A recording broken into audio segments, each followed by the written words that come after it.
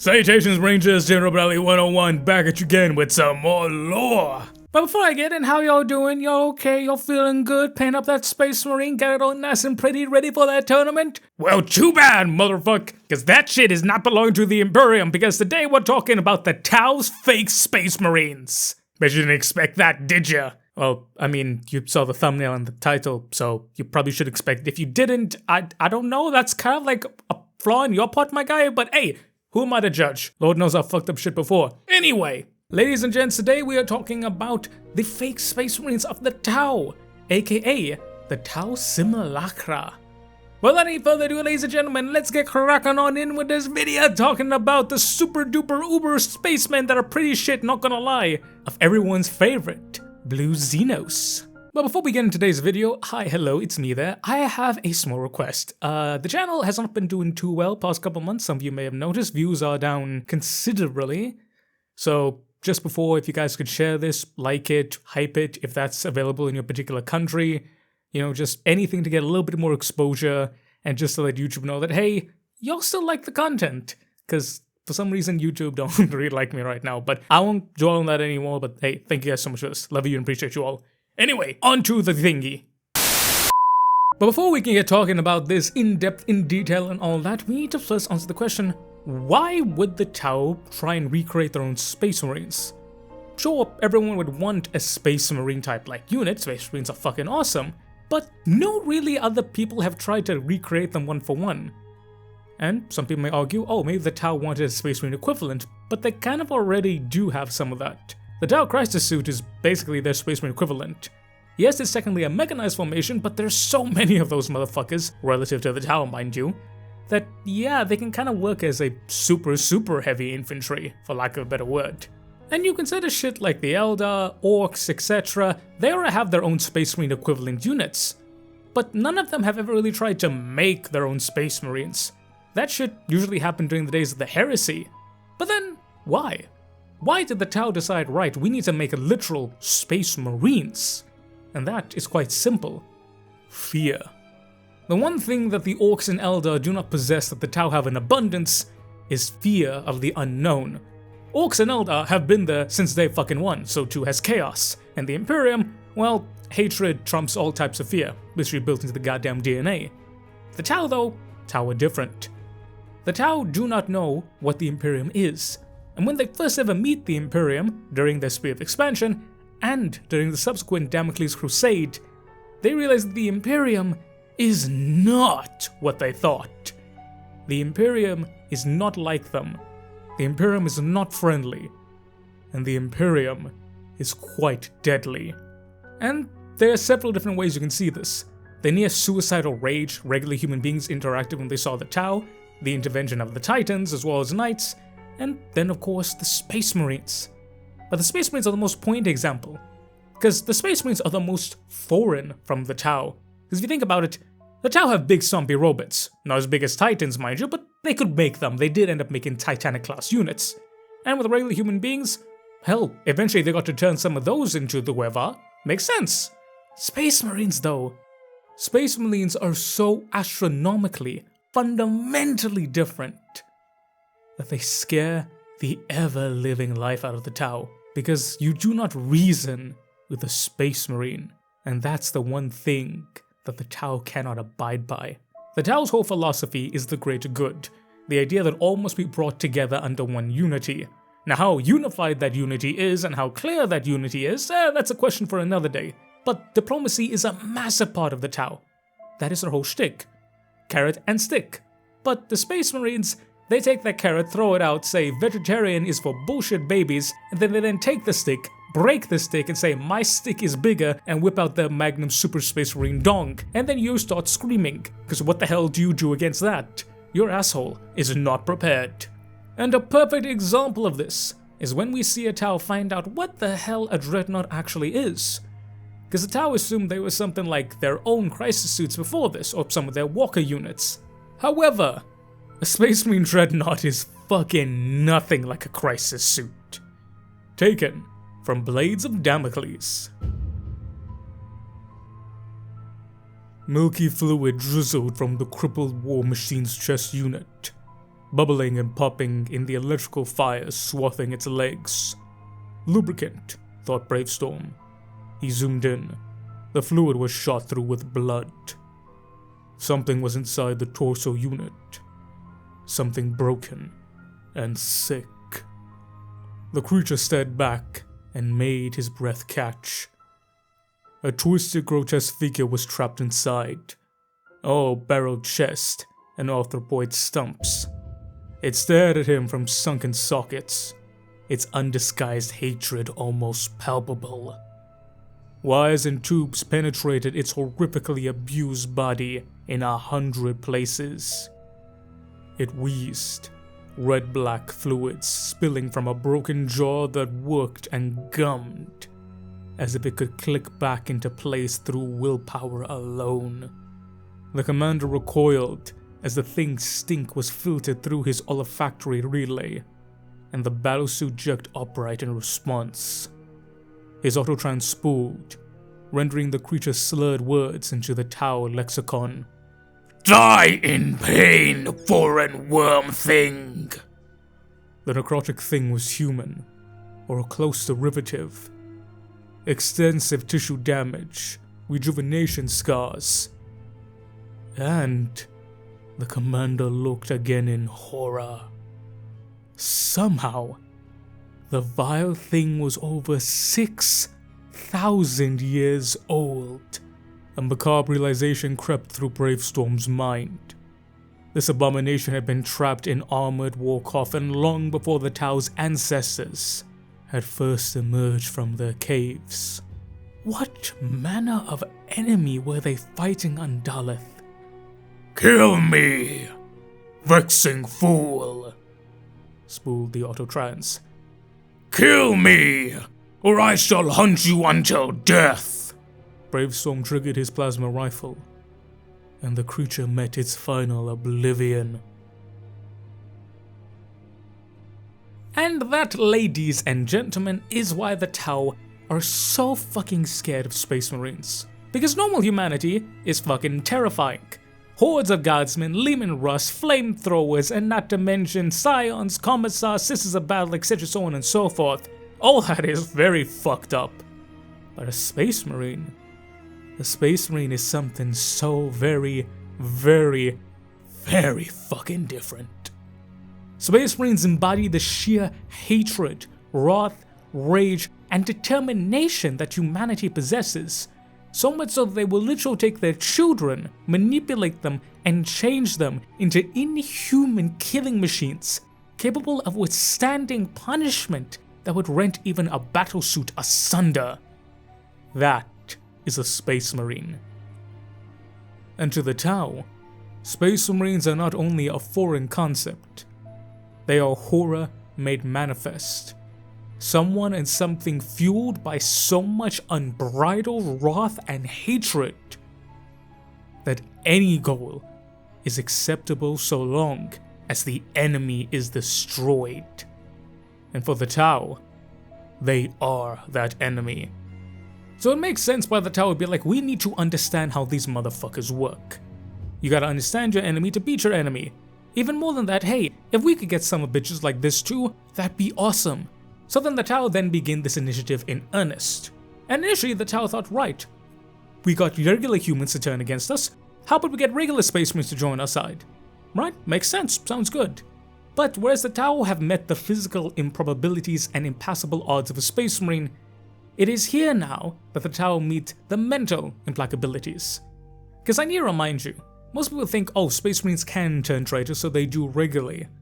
That is not true. Space Marines do indeed turn traitor and they do fall to chaos, and yeah, there are plenty of Chaos Marines about. But the way and why they fall to traitor are very, very, very specific.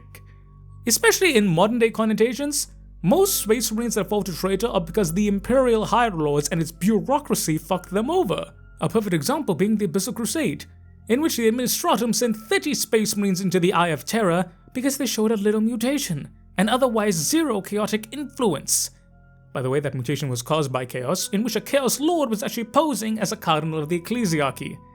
Yeah, big fuck up. But that is the fact of the matter. Most Space Marines will not turn away from the Imperium, and if they do so, it will not be en masse. But here's the thing, if Space Marines do turn away from the Imperium, there are only two paths open.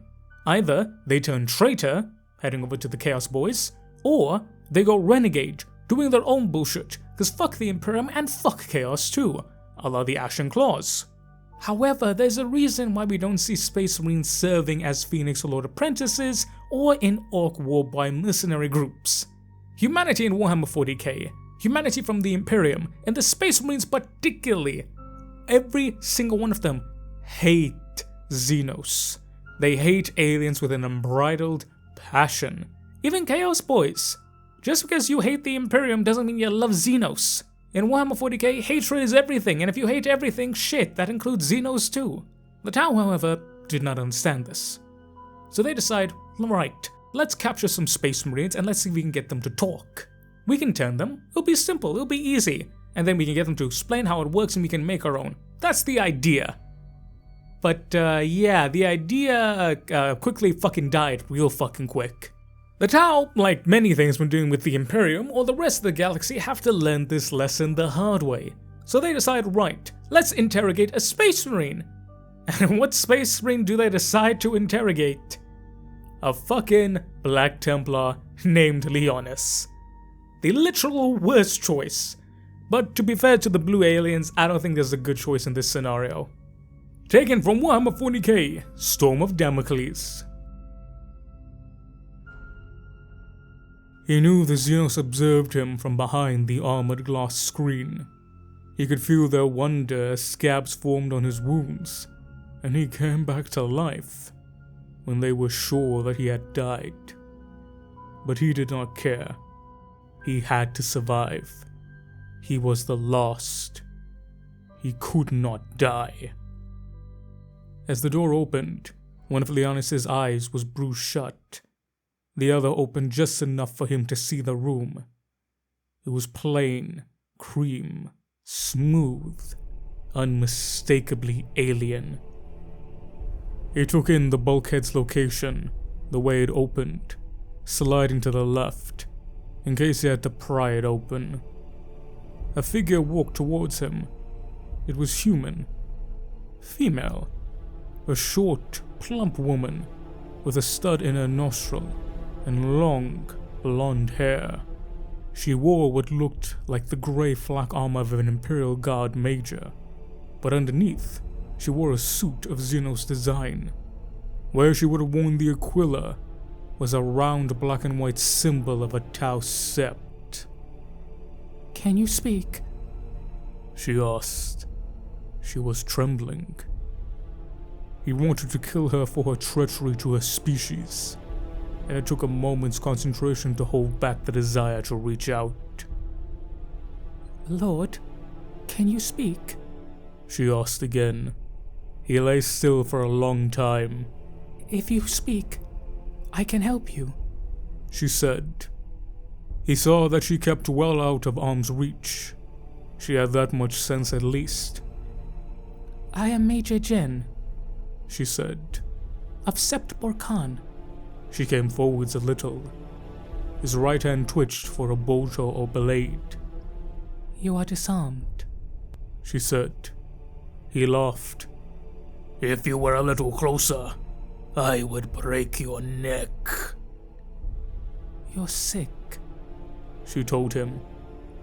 "I'm not sick. I'm wounded. There's a distinct difference." "Rest. I will speak to you later. We're taking you back." Leonis spat. The acid hit her full in the face, and she screamed and stumbled back before scampering away. After that, a team of Tau came in with pain rods and stun shields.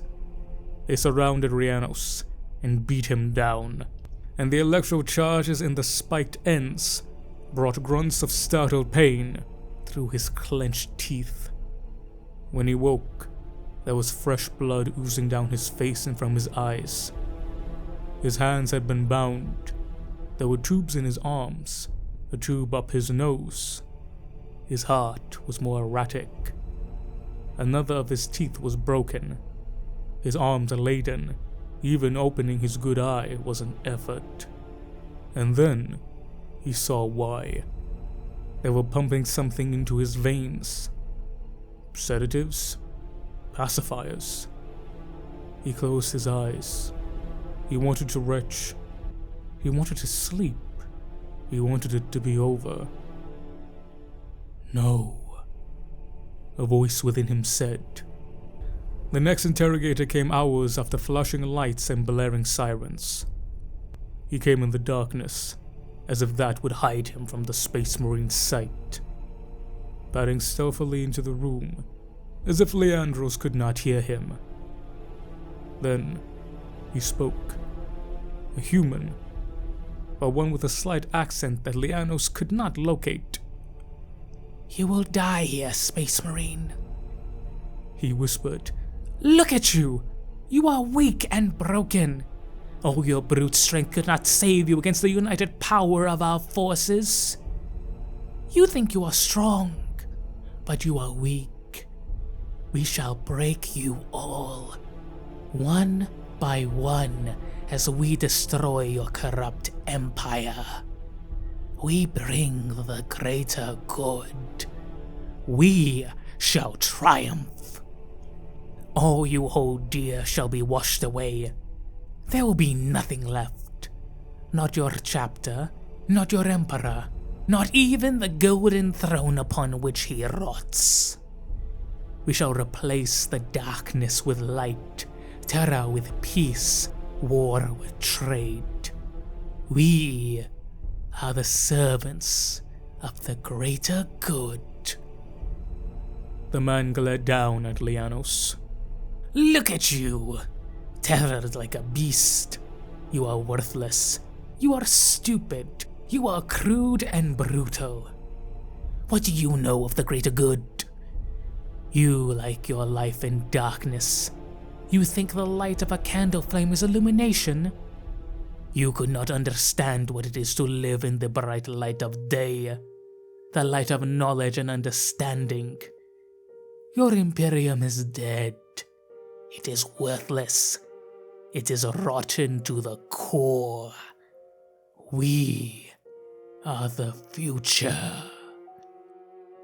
Are you done, traitor?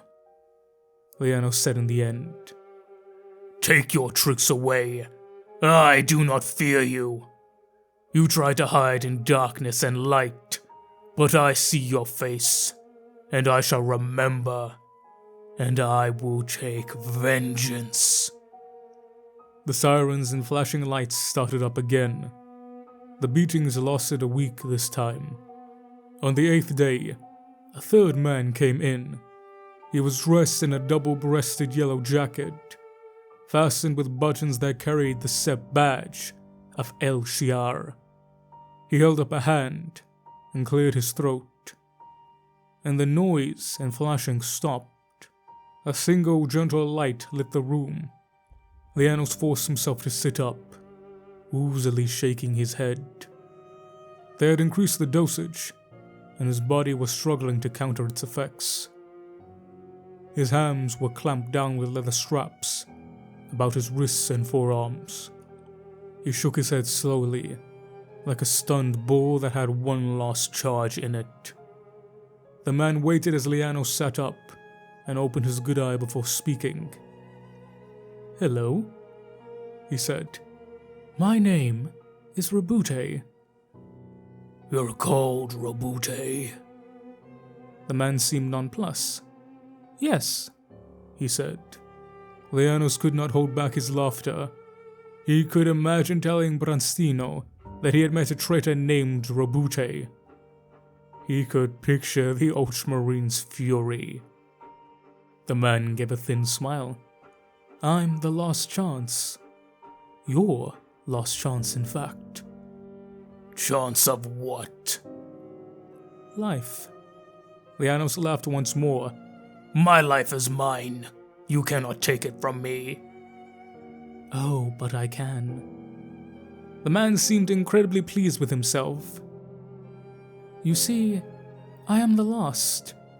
If you do not agree to talk to me, then we shall venture out of the nearest airlock. And you think that will kill me? Yes, the man said simply. If you keep your mouth shut, then yes. I am reliably informed by our scientist brothers. A poor translation of the exact word, but never mind.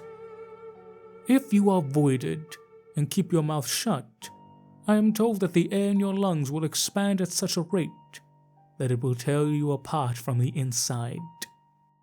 That would be almost instantaneous death. Even with the ribcage you possess, the air will find a way out. The softest way, generally, through your stomach or your neck. It will tear through the soft organs and turn you inside out within moments. Seconds. A second, really, to be precise. Lianos flexed his forearms.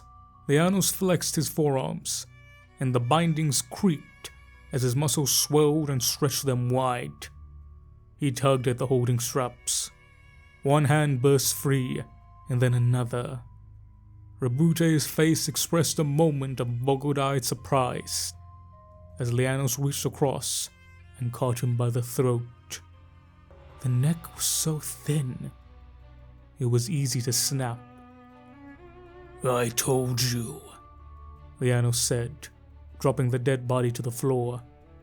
I cannot die. So, aside from that being a bloody epic scene, a few things. One, it always surprises me the amount of normal baseline humans that think they can talk shit to a space marine. I don't think you guys understand, it's a space marine. Don't underestimate him. Like, consistently. Unless you have a Vanquisher cannon directly pointed at his face, maybe not talk shit to him. Also, I know that Tau just met space marines in this instance, but who in their right fucking mind was like, yeah, leather. That will be able to bind the man who can literally bend adamantium and break through concrete with his bare hands. Sure, leather. Fucking most advanced Xenos, my ass. But in here we see the Tau's attempts to try and corrupt a space marine, to try and get him to talk, and they treat him like a normal human being, which is the major issue that the Tau eventually understand. Space marines are not just only physically different from normal human beings, they're emotionally, spiritually, they are fundamentally different. So much so that they're basically another type of human being. Again, they're a subcategory of human. They're no longer normal men and women. Even the interrogators don't really understand this. Most of these are far-flung planets who never really interacted with a space marine before. They don't know. They try sympathy at first, which doesn't fucking work with a space marine. They then try arrogance and rage to break his spirit, which definitely doesn't work. And last, and most tellingly, they try simple threats, cold calculating logic, to break his spirit, and they threaten his life. This is a Black Templar, so this is the worst possible choice. But even with an Ultramarine, who's all about logic, understanding, and reasoning, if you were to pull out the whole yes, we'll kill you instantly within a second bullshit, they're not gonna buy it. Because even the most logical of Space Marines a la the Ultramarines, even the most heartfelt and compassionate of Space Marines a la the Salamanders, even the most freedom-loving, I don't give a fuck motherfuckers, the White Scars, they don't care. Because to a Space Marine, duty is death. Only in death does duty end. And not even in death does duty end some fucking time if you're a dreadnought. It does not matter. It does not matter who, what, when, where, and why. They have their duty, and their duty takes precedent. They don't care about their life or the Imperium surviving or any of that bullshit. They just want to die. Because in dying they fulfill their duty, but more importantly, they spite you. Space Marines, true Space Marines, are unbreakable bastions of everything that humanity is made human. They are incorruptible, undefiable, and unbreakable. Now granted, that's not every single Space Marine, but the examples that we do get of true Space Marines, well, they're so memorable for that reason. The Tau learned this the hard way, because this isn't the only Space Marine they tried to interrogate. We get another example of a Raven Guard being captured, and when he realizes there's no way out, he commits suicide by overloading both his hearts. Because fuck you, you're not getting anything from me. The Tau realize that Space Marines will never come willingly. They will never be able to understand them like they do the normal human beings. Thus, If all natural ways are bunk, it's time for us to stretch into the realm of the unnatural. Because like I said, the Tau need to understand what the fuck a Space Marine is. So, the Tau decide, fuck it, if they won't sell them to us, we'll just make our own. With blackjacks and hookers, baby. Or so they try. And all this, ladies and gentlemen, comes to a head during the Damocles Crusade, where the assault squad led by everyone's favorite, Cato Sicarius, ends up meeting these fellows and realizing what the fuck happened. But for a little bit of context, Ultramarine Squad Sicarius is moving through the underground tunnels of the Tau, and they're actually in a Tau research complex, basically where the Tau are doing a bunch of their super secret high special top nonsense, and they're baking through in their busts and stuff and blowing shit up. Until, however, they find more Ultramarines, but these guys are not friendlies. Taken from Warhammer 40k, Blade of Damocles. The rear wall was swathed in billowing smoke. Nautarus's melter had torn a wide oval portal, its edges still glowing amber. Through to the room beyond. Numitor cried out in elation as he leapt over a fallen tree, ducked another, and swung around a thicket of grasper vines to reach the hololith wall. He was the first to plunge straight through the bubbling aperture and into the environment beyond. The sergeant came face to face with a crest-helmed ultramarine, bolter raised. The gun's muzzle was a few feet from his unprotected face. "Wait, brother!" said Numitor in confusion. "We're of the 8th!" Then, the ultramarine fired, and the sergeant's world came apart. Sicarius shoulder charged Numitor hard, smashing him aside and taking the killing bolt on his pauldron instead. It was not the first time he had taken a hit from a bolt shell, but his detonation still hurt like hell. He turned with the impact and pivoted in a sweeping circle, his Tempest blade lashing out to take the barrel of the Space Marine's bolter before he could fire another shot. "We're on the same side, damn you!" shouted Numitor as he scrabbled upward from the sand, shock and protest mingled in his voice. 9 more unidentified Ultramarines were converging on their positions, bolters raised to the shoulder. Sicarius readied his blade. That gun stance was of Tau Line infantry, not of the Adeptus Astartes. These were not allies. This was not a case of mistaken identity. This was the twisted science of the Tau writ large. Sicarius read the battlefield at a glance. In the middle distance, the silhouettes of incoming assault marines were getting closer, gaining on the much closer tactical marines. They were hurtling over a wasteland of crushed amber and verdigris brass, vaulting bombed-out ruins that jutted at odd angles. Sicarius remembered the crunch of that shattered amber underfoot, the memory fresh from when he had crossed swords with the Tau for the first time. The war zone was a perfect replica of Vespertine's suburban desolation. Now, however, it was his own brethren he would fight. Sicarius noted with satisfaction that Numitor was still hesitant. So be it. He would lead instead. Lead as he was born to do. The sergeant stepped in close to the Space Marine he had just disarmed, even as the warrior reached for a bolt pistol and grenade. He could hear the pin slide from the grenade's collar with a tiny chink. The air filled with the din of thudding gunfire as the Space Marines ahead opened fire. But Sicarius was already under the disarmed warrior's guard. By dropping low and putting his shoulder under his foe's breastplate, he lifted him bodily from his feet, cutting the hand that clutched the grenade from his wrist, and with a quick lateral slash of his sword, he felt his improvised shield shudder hard as a bolt volley took its toll, gouging great holes in the Space Marine's power pack and dense flesh alike. As the disembodied hand clutching the live grenade dropped towards the dust, Sicarius punted it hard with the toe of his armored boot. It hurtled into the tight ranks of the bolter-armed Space Marines ahead, before detonating right on cue, punching 5 of them from their feet in a storm of frag shrapnel. It was all the chance the Ultramarines needed. Diving through the aperture that Nataros had made in the wall, Squad Sicarios fanned out and mounted a mass charge. Covering fire came from those members of Squad Attilon, still beyond the impromptu portal, bolter muzzles flashing in the gloom. Their aim was true. 3 more of the oncoming Space Marine gun line took bolter rounds to the head and neck, pitching them into the dust. Those still standing open-fired. A bolt winged Sicarius in the thigh, sending a burst of vivid pain through the old war wound in his knee. He channeled the pain into a roar of rage, hefting the dying Space Marine he was using as a shield as he charged. The enemy assault squad was bounding in close now, their movements uncannily synchronized. Sicarius felt raw hatred at the sight. It was a parody of Ultramarine battle doctrine, paper thin and devoid of any true tactical awareness. "Robot Sergeant!" shouted Glavanius, a note of confusion in his voice. "Simlakara!" bellowed Sicarius. "Lethal force! No mercy!"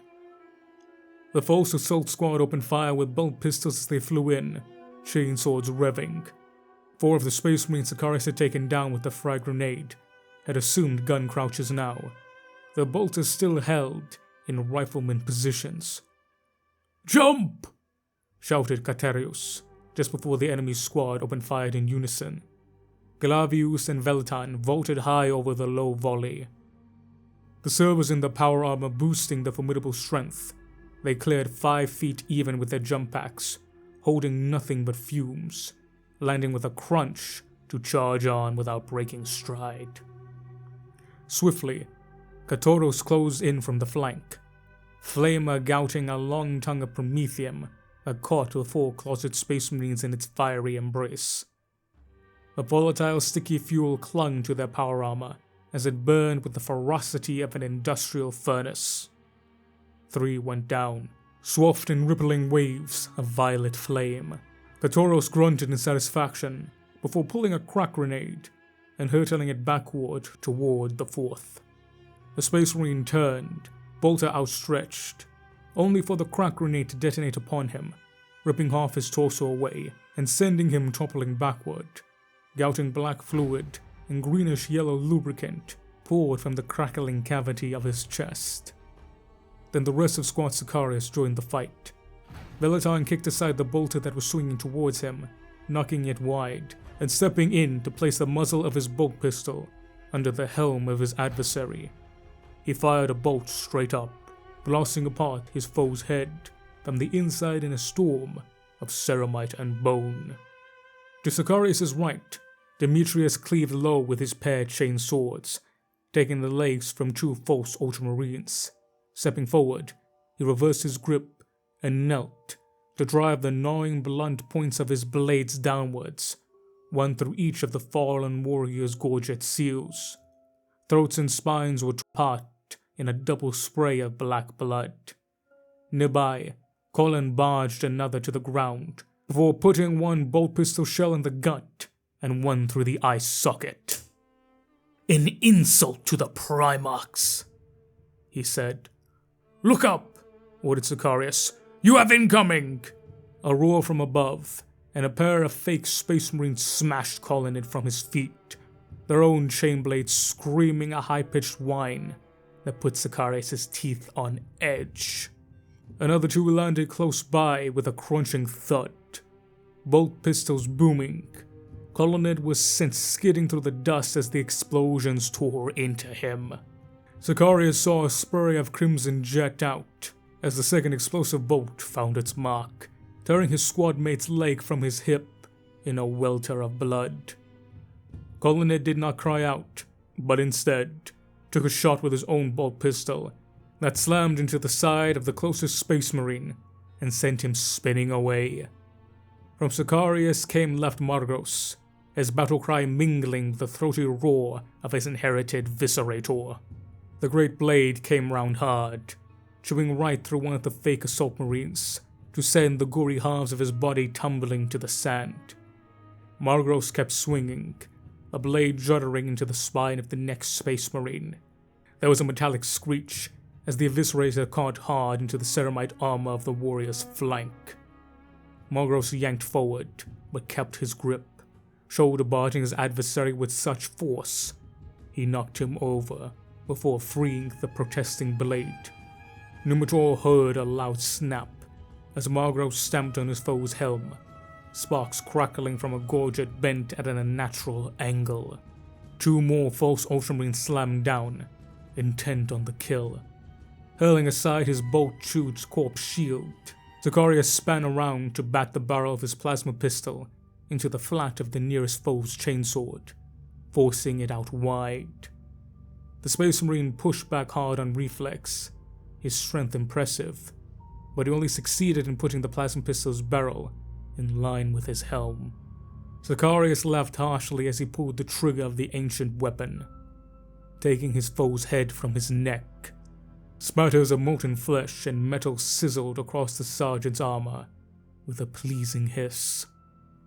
Sergeant Zacharias felt a crushing impact of a red-helmed sergeant veered from the sky to slam into his flank. Together, they barreled into the confusion of corpse littering the sands. The flash of a bolt nearby blinded Zacharias for a second, and the enemy sergeant brought his boot down onto the Tempest blade, pinning it flat. Zacharias brought his plasma pistol round instead, and pulled the trigger. It was still recharging from his last shot, and yielded nothing but an annoyed buzz. His adversary's chain blade revved loud as it came down hard on his unprotected face. To die sprawling upon the blade of an imposter puppet would be a grave ignominy. There was a flash of azure, and Numitor's power fist slammed into the enemy sergeant with such force, it all but ripped him in 2. The blow sent him sideways with a mauled flank and a broken spine. Zacharias' vision filled with red light as Kataros knocked the last of the enemy assault marines from the sky with a spear of ignited promethium. The stink of the volatile chemical seemed almost pleasant. Numitor stepped past Zacharias to shoot the enemy sergeant's chainsword from his hand in a puff of dark fluids, kicking the bolt pistol from his adversary's grip. Rising, Zacharias severed the warrior's arms with artful flicks of his Tempest blade. All around the 2 sergeants was the high whine of Squad Zacharias' chainswords, chewing through ceramite, and the grizzling growl of those that had made it through to the flesh and bone beneath. In seconds, the battle was over. Demetrius had laid aside his weapons to saw a lower leg from one of the fallen Space Marines with his combat knife. Chainswords were incredibly destructive weapons, designed to chew through flesh and bone in a blink of an eye. They were devised to mutate and butcher, and made poor surgeons' tools, even in the hands of a skilled bladesman. "Colonid," said Denturius, wiping the worst of the black gunk from the salvaged leg's knee joint and offering it to his squad mates. "It's the right shape at least. Maybe bind on it? It might take off some of the weight." Colonid smiled up at his battle brother's optimism. "Thank you, Denturius. I'll splint it on, and use this as a good walking stiff if I have to," he said, motioning to the chainsword. "Better cane than crutch, remember.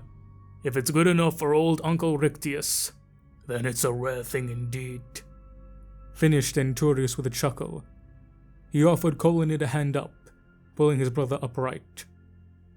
"Airborne the leg won't matter so much," he continued, "though the landing is going to hurt." "But we can't get airborne," said Isonian, stern and statue-like as he stood on guard, his eyes fixed on the horizon. "We couldn't fill an altar chalice with our fuel reserves, even if we pulled everything we have left."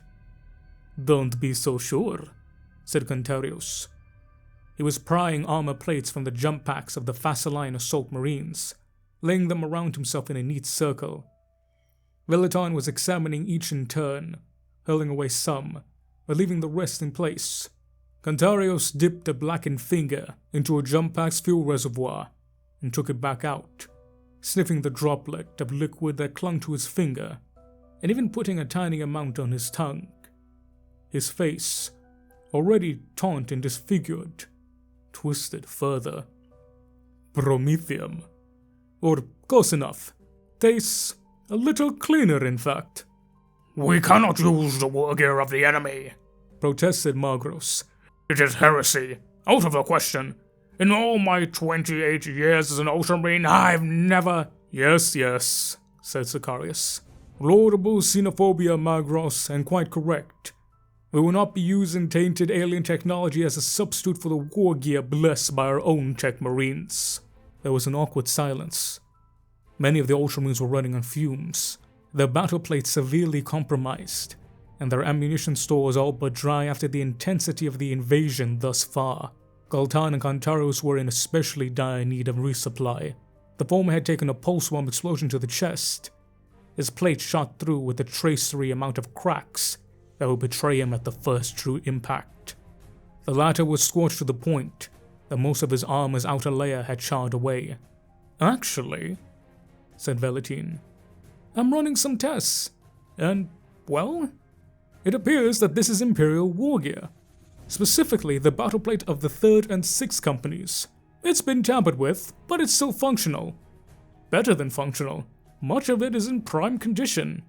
3rd and 6th, said Numitor. We fought alongside them on Vespertine, and the other side of the Damocles Gulf. Could the Tau have stripped those we left behind in order to make their simulations as realistic as possible? Theoretically, said Velaton. Likely, in fact. In an active war zone, our apothecaries would have recovered the fallen's protonoid glands and little else.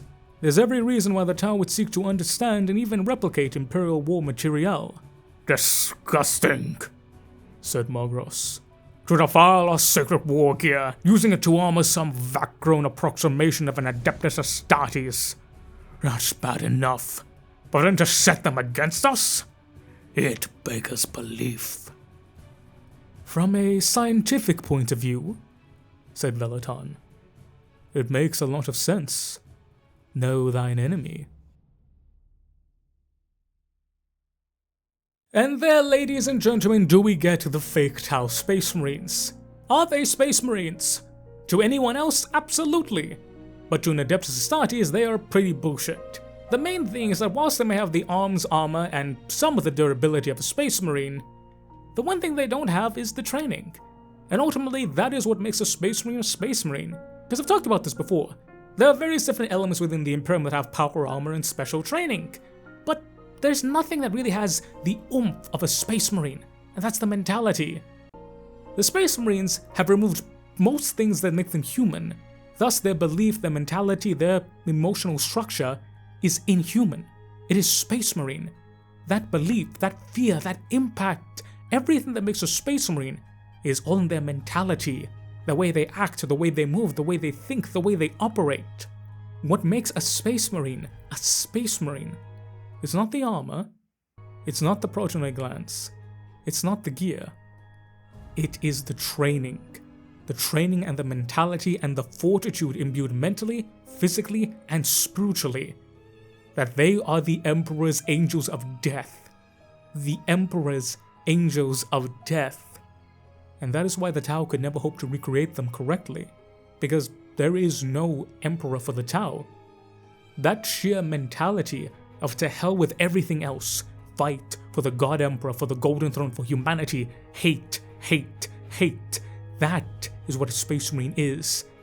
It is the sheer stubbornness, the sheer spite, and the sheer hatred, and the sheer power of mankind. The will and ability to do anything and everything to achieve victory that we humans have showed time and time again. That is what makes a Space Marine. And to be blunt, the Tau simply don't have the cojones to do that. Or if you want to be more generous towards the Blueberry Boys, you could say they have too much sense and understanding to do that. But I'm an Imperial motherfucker, so fuck you, bitch boy. But ladies and gentlemen, that has been the Tau Space Marines. To my knowledge, that has been the only time we've seen them. There may have been mentions of them, but that was their big and major only appearance. That begs the question. Are the Tau Space Marines the first step? Are they the last step? Will we ever see them again? And what on earth does that mean for the rest of the Imperium? But regardless of what it means, Tau Space Marines will only ever look like Space Marines. They will never be Space Marines. Because there is only one Adeptus Astartes.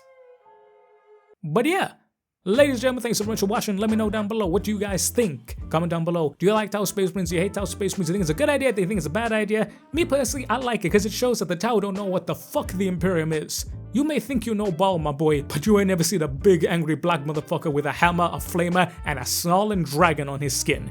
Yes, sir! Vulcan lives, baby! Yeah, but let me know down below. What do you guys think? I'd love to hear your thoughts. But I'll say a massive thank you guys for watching. But even more massive thank you to my awesome members and Patreons. Shout out to my Lieutenant tier members, Mr. Eddie V3 and Miss Majora of the Void. Shout out to my Sergeant tier members, Mr. Damiak, Mr. Andy McGee, Mr. Bowen, Mr. Sean IRL7, Mr. Matthew Merrill, Mr. Sergeant Cossack, 68W173D, and Mr. That Guy. Shout out to my corporate tier members, Mr. Tremail the Math Kitty, Lord Rosarius, Tech Priest Toaster, Mr. Bowen, Shauna Smithers, The Gentle Salamander, The Wench of Warhammer, Major Doshinect, Edward King, and Mr. Overanalyze This. And finally, but absolutely not least, shout out to my private tier members, Mr. Thomas Moslons, Mr. Ivan_SBW, Mr. Monkey Man, Mr. Michael Aeda, Mr. Diego Castro, Mr. Portus Unum, Mr. CMD Nay, Mr. Eric Massaro, Mr. Dar Marek, Mr. Ken_Sakura333, Mr. Adrian Von Furen, Mr. Morally Bankrupt, Mr. Matthew Peter, Mr. Joshly 1320, Mr. Adrex X1, Mr. Ethan Elam U71, Mr. Kiri Khan, Mr. Malpace-XB1XE, and Mr. Robert Makorovich. Thank you. I love you and appreciate you. This normally would be like, hey, join them, but to each and every one of you who've been here, some of you have been here for years, and thank you. It means a lot. You know, I don't always give you the very best of everything, I'll admit it, but what little I do give you, you guys are more than happy with, and that is very comforting and very sincere thought. So I love and appreciate each and every one of you. And yeah, thanks. But ladies and gentlemen, I've been the General Bradley 101. You've been beautiful, awesome, amazing people. Thanks so very much for watching. I'm sure I said Lord, boys and gals. And I will catch y'all next time. Dismiss, Rangers.